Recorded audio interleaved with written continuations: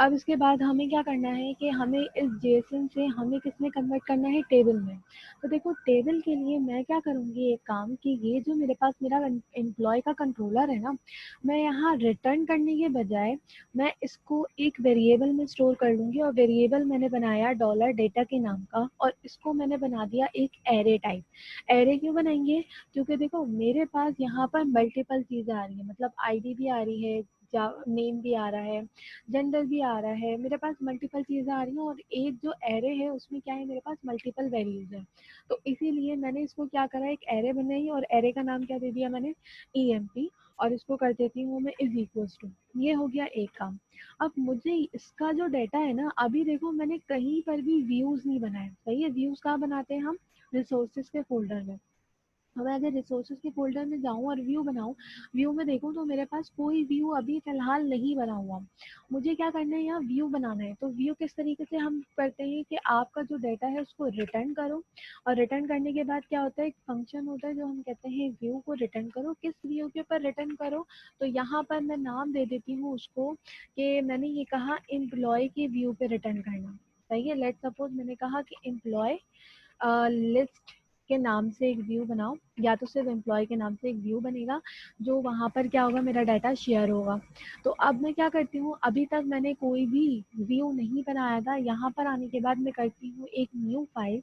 और मैंने क्या नाम से बनाया यहाँ पर व्यू, एम्प्लॉय। तो मैंने यहाँ लिखा एम्प्लॉय डॉट डिलीट, क्योंकि ये इसकी एक्सटेंशन है, डॉट PHP। ये आपने क्या बना लिया, एक व्यू बना लिया। अब इस व्यू में क्या करना है, अब इसके बाद क्या करना है, मैं आई यहाँ पर और मैंने यहाँ लिखा HTML:5, और इसको मैंने इम्बैड करा लिया सारा कुछ अपना। अब मुझे यहाँ पर क्या चाहिए, टेबल में चाहिए। तो मैंने यहाँ पर क्या लिखा, टेबल, सही है।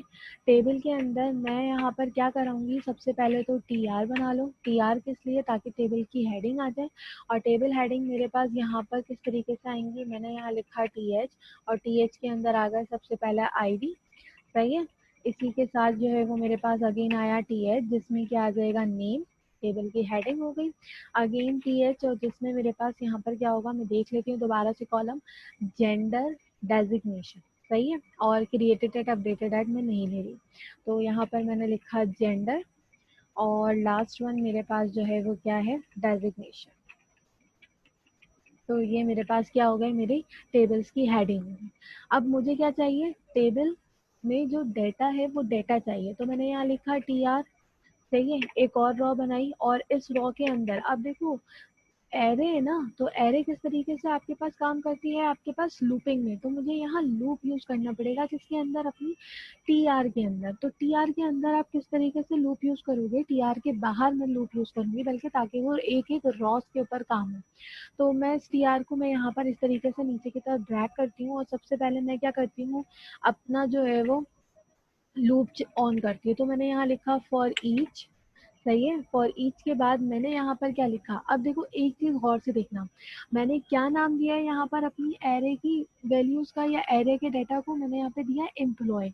तो मैं यहाँ पर क्या करूंगी, यही सेम वेरिएबल यूज करूंगी। मैंने कहा $EMP, इस चीज का ध्यान रखना। एज के बाद आप क्या करते हो, नया वेरिएबल बनाते हो। तो नया वेरिएबल मैंने किस नाम से बना लिया, ई के नाम का। अब मैंने कहा इस वाले ई वाले वेरिएबल का ये जो डाटा है, इसमें जो भी वैल्यूज आ रही है वो EMP में आ रही है, और EMP में से कहाँ जाएगी, मेरे पास इस ई में। अब इस ई में मेरे पास क्या क्या चीज़ आएंगी, इस ई में आएंगी मेरे पास ID आएगा पहला दफ़ा, फिर मेरे पास आएगा नेम आएगा, फिर जेंडर आएगा, और फिर क्या आएगी, डेजिग्नेशन। तो वो किस तरीके से प्रिंट करवाएंगे, तो उसके लिए मैंने यहाँ पर TR ओपन करा, और मैंने यहाँ लिखा TD के अंदर आएगा। TD में मैंने यहाँ पर किस लिए, हम किस उसके साथ काम कर रहे हैं, हम यहाँ पर यूज़ करेंगे अपना जो हमने यूज़ किया था लारावेल के अंदर, क्या कहते हैं, क्या कहना चाहिए उसको, कि हम जो सिंटेक्स यूज कर रहे होता है वो हम उसको क्या करेंगे, मैं अब यहाँ पर क्या करूँगी, एक्सटेंशन भी दे सकते हैं ना। भूल गई। तो हम यहाँ पे ब्लेड सिंटेक्स के थ्रू क्या करेंगे, मैं यहाँ पर कर्ली ब्रेसेस ऑन करूंगी, और हम इसके अंदर क्या करेंगे कि मैं यहाँ पे लूंगी, मैंने इस वाले वेरिएबल में सारी वैल्यूज डाल दी।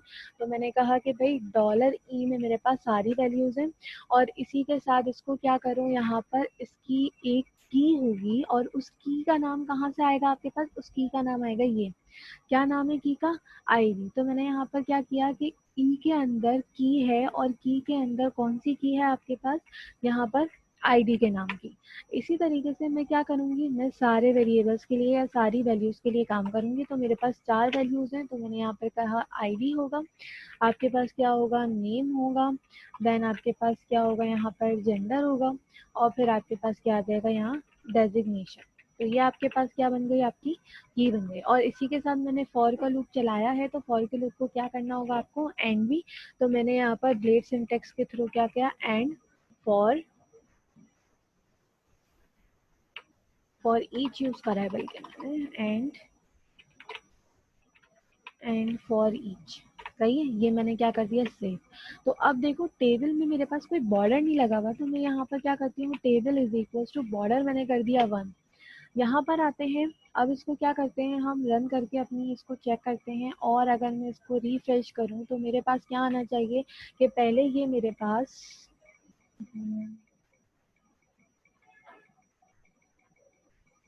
चलो अच्छा इसको सही कर लेते हैं, फिर हम इसको काम करते हैं, सही है। तो वो क्या कहता है कि भाई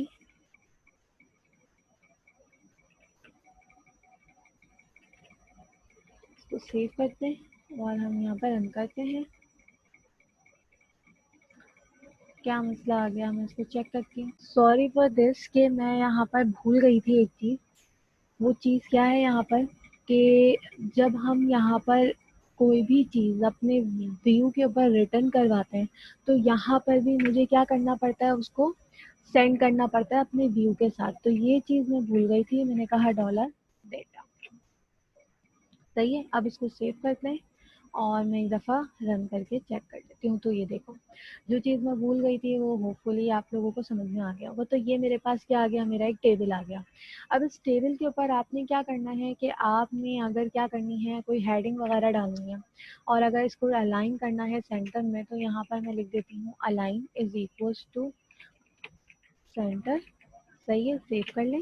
इस टेबल के ऊपर मैं क्या देती हूँ, एक हेडिंग देती हूँ। तो मैंने यहाँ पर एक हेडिंग और इसके अंदर मैंने लिखा टी एच, और टी एच के अंदर मैं यहाँ लिखती हूँ H2 की हेडिंग, और यहाँ पे मैंने क्या लिखा, एम्प्लॉय डेटा, सही है। इसको मैंने सेव किया और इसको मैं एक स्पेन करवा देती हूँ क्योंकि मुझे रॉ स्पेन वाला काम करना है। तो मैंने कहा colspan is equals to, और यहाँ पर मेरे पास कितने कॉलम्स हैं, 4। तो मैंने इसको क्या करा, कॉल स्पेन भी करवा दी। तो ये मेरे पास क्या हो जाएगा, एम्प्लॉय डेटा आ गया मेरे पास, और ये मेरे पास सारी चीज़ें क्या आ गई, मेरे पास मेरे टेबल में आ गई। अब हमें क्या करना है, अब हमें इसको थोड़ा सा, अगर आपको बूट स्ट्रैप अप्लाई करनी हो तो हम इसको बूट स्ट्रैप का काम भी कर सकते हैं। तो बूट स्ट्रैप के लिए आपको क्या करना पड़ेगा, बूट स्ट्रैप की सीरियन चाहिए होगी। तो मैं यहाँ पर सीरियन यहाँ से ले लेते हैं हम, बूट स्ट्रैप 4 सीरियन, चाहो तो सीरियन ले लो और आप चाहें तो जो है वो क्या कर लें, अपने पास डाउनलोड करके लगा लें, दोनों उसमें कोई मसला नहीं है। तो ये मैंने यहाँ से डायरेक्टली मैं लगा रही हूँ। तो मैंने इसको कॉपी किया, यहाँ पर आई मैं और मैंने इसको यहाँ पे क्या कर दिया, पेस्ट, सही है। ये मेरे पास एक चीज़ हो गई। इसी के साथ मैं यहाँ पर आती हूँ जेएस की। तो जेएस के लिए मैंने इसको जेएस को पूरा कॉपी किया, और जेएस की जो चीज़ें होती हैं वो एंड ऑफ दी फाइल में होती हैं। तो मैं यहाँ पर इसको क्या करती हूँ, इसको पेस्ट करती हूँ। तो अब इसी के साथ मुझे यहाँ पर क्या करना है, टेबल मुझे चाहिए और मुझे क्लास लगानी है। तो मैंने यहाँ लिखा क्लास, सही है। क्लास इज इक्वल्स टू क्या होगी आपके पास, टेबल, और ये होती है टेबल स्ट्रिप, सही है। तो यहाँ पर आके इसको क्या करते हैं, हम रिफ्रेश कर लेते हैं। तो होपफुली आपके पास ये देखो, ये टेबल आ गया। अब देखो ये टेबल थोड़ा सा ड्रैग इन हुआ है, तो मुझे क्या करना है, इसको डिफ के अंदर डालना है, सही है। तो जो आप लोग डिफ वगैरह यूज करते थे वो यहाँ पर क्या कर लेना, कंटेनर वगैरह की क्लास। तो मैंने यहाँ पे डिफ बनाई, डिफ के अंदर मैं क्या यूज करूंगी, कंटेनर की क्लास। तो मैंने यहाँ पे लिखा क्लास, सही है, इज इक्वल्स टू, आप यहाँ पे क्या लिखेंगे, कंटेनर। तो आप लोगों को क्लासेस याद होनी चाहिए, सही है। ये डिव मैंने यहाँ से कट किया क्योंकि मुझे इसके नीचे चाहिए था, और ये मैंने टेबल के बाद क्या कर दिया, इसको पेस्ट। तो ये आप देखिएगा, ये जो कॉर्नर्स में चली गई है, ये आपके पास ये आ गई, क्या आपकी एक, कह लें कि एक वो बन गया आपका, क्या कहना चाहिए आपके बूटस्ट्रैप का फॉर्म। फिर इसी के साथ देखो एक चीज़ और होती है, क्लास और होती है यहाँ पर। एक होता है टेबल होवर।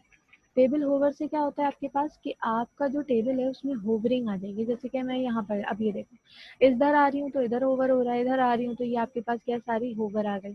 फिर आपके पास क्या होता है, अगर इसको सेंटर करना हो, इस वाली चीज़ को मुझे सेंटर करना है, तो मैंने यहाँ पे लिखा है इसको align is equals to centre, तो ये मेरे पास क्या हो जाएगी, सेंटर हो जाएगी। और इसी के साथ मैंने इसको कर दिया सेंटर। अब इसका बैकग्राउंड कलर चेंज करना हो तो एक बूटस्ट्रैप की क्लास है यहाँ पर, मैंने लिखा है यहाँ क्लास, और क्लास के अंदर आप क्या लिखोगे, बीजी, मैंने यहाँ कर देती हूँ डार्क।